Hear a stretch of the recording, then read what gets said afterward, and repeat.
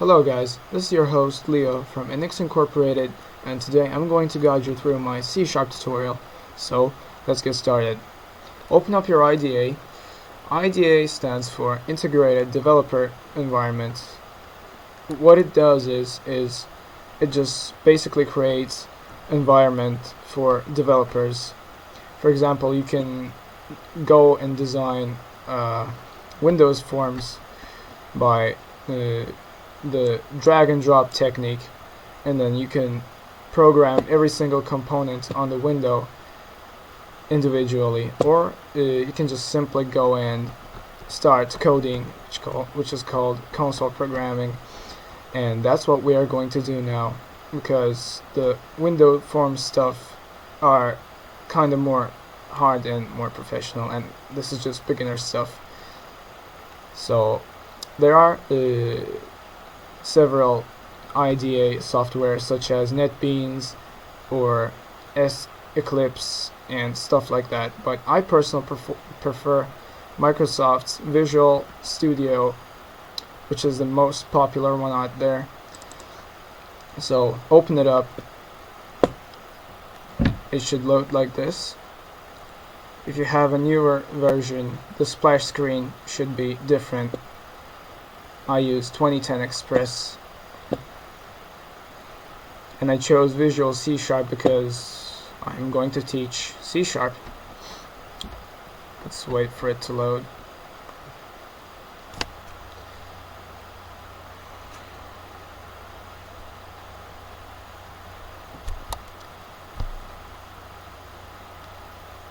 If you just installed it, it might take a while because the computer is just recognizing the program and it's initializing it.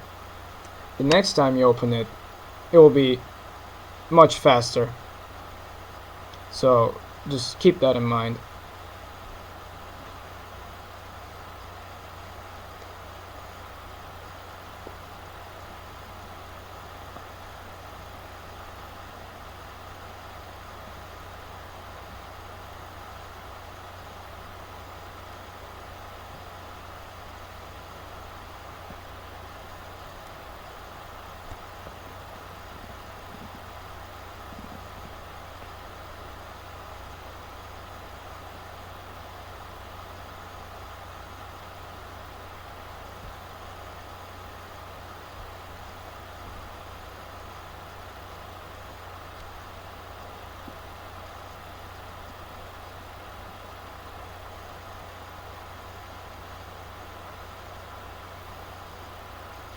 And here we go. That's how the start page looks like. So let's start. To open a new project, you just have to click New Project. Just click it, and this little form should load. And then you have to click Console Application. If you have something else here showing up on the list, just click Visual C# and then click Console Application and just name it whatever you want. I'm going to name it Tutorial, then hit OK or Enter as you prefer, and then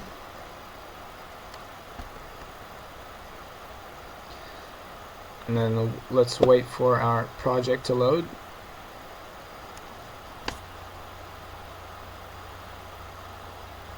This should not take much time.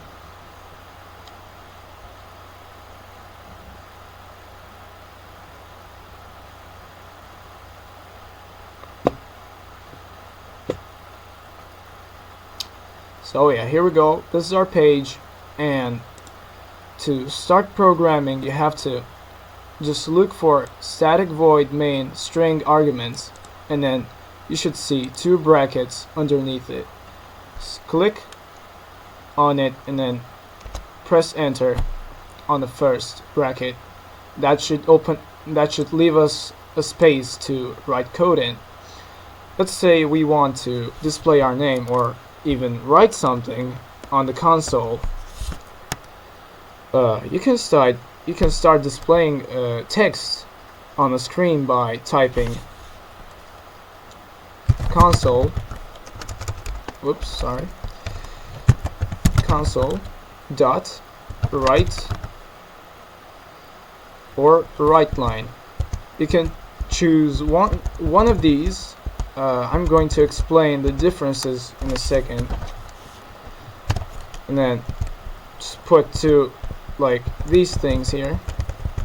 I just forgot how it's called.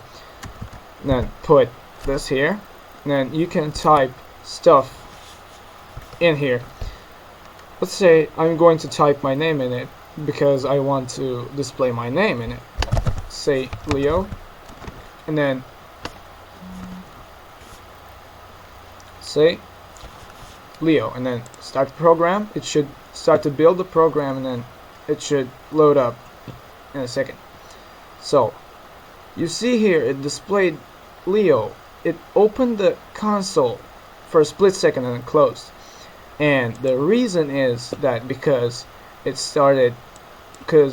first of all, I'm going to tell you that computers run programs run codes line by line. So after a console finishes reading and completing all the lines, it figures out that there are no lines left in the code, and then the job is done and it should close.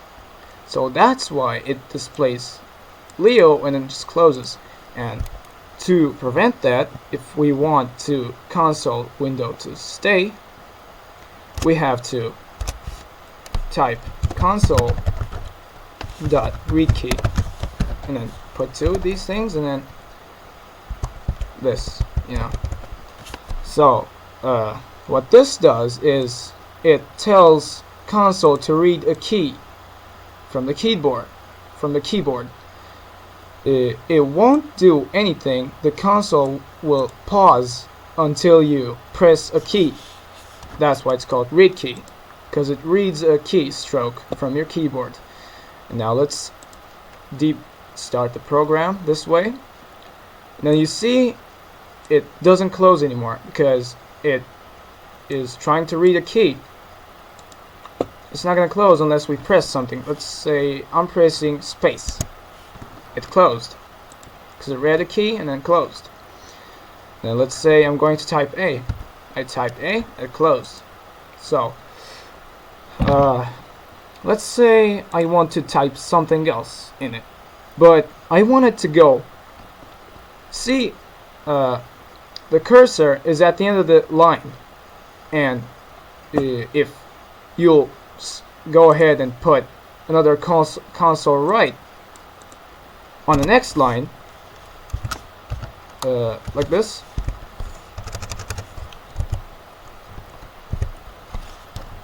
let's say I'm going to say hi, and I want this to display underneath Leo.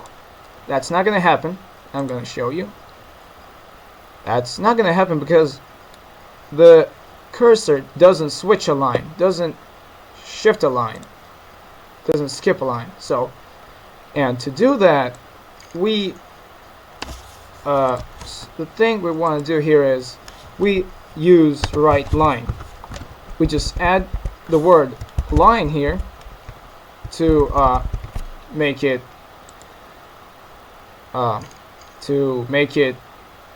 skip a line after the text is displayed. So write is just writing, and write line is writing a whole line and then skipping it. Let me show you. And now that's how I wanted it to be. I wanted to display Leo, and underneath it I wanted to say hi, and it did that. So that's how it's done. So now let's write a small little program that will ask us to write a name, and then it will display the name we type. Let's start. So let's clear this and then type. Hold up. Let's remove the unnecessary lines. And now let's go for an intro. Console write, or let's make it write line. And then in between, let's type, please enter your name. And then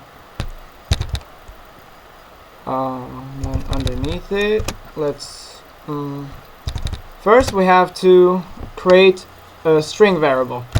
Let's call it type string, and then let's call it name. Let's make this big. Actually, it doesn't matter. So now that we named our string variable, let's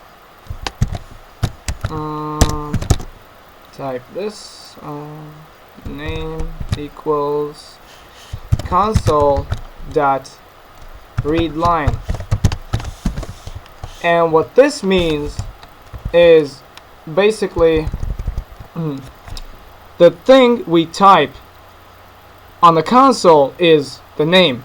Name is what we type on the console. So you probably have noticed the similarities between this code and this code.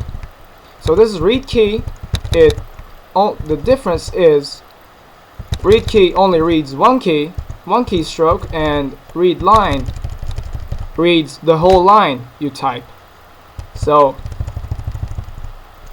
whatever we type on the console is the name, and then we want to display the name after we type the name. So we say console write, and between the parentheses we don't have to put these anymore because it's a variable. When you write a random text here, you have to put these. But if you're writing a variable, you don't have to. That's a syntax rule. So let's test this out. Now this should work. So here, as you can see, it asks us to enter a name. I'm going to enter my name, Leo, and you see it displays Leo. But the problem is that we can make this program a little bit smoother, and by smoother I mean we can clear the console after we type the name, because you see, hold on, let me show you once more, because you see after I type my name, it displays the name underneath my name, right after my name, and I don't want that because it is pointless to do it like that, and it just looks weird. So after we type our name, we have to clear the console by typing Console.Clear, and that's it. Oops.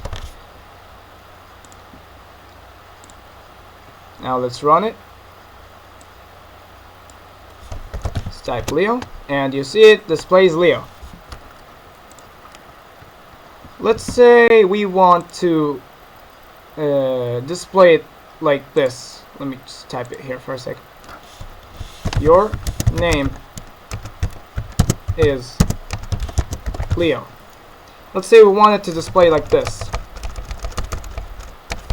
and we can do it by putting static text and a variable in the same parentheses here. And the way we can do it is we put two of these, and then we put a plus in here, and now it works. And now here we type your name. Oops. Your name is name, and the name is whatever you type here. Now let's try it out.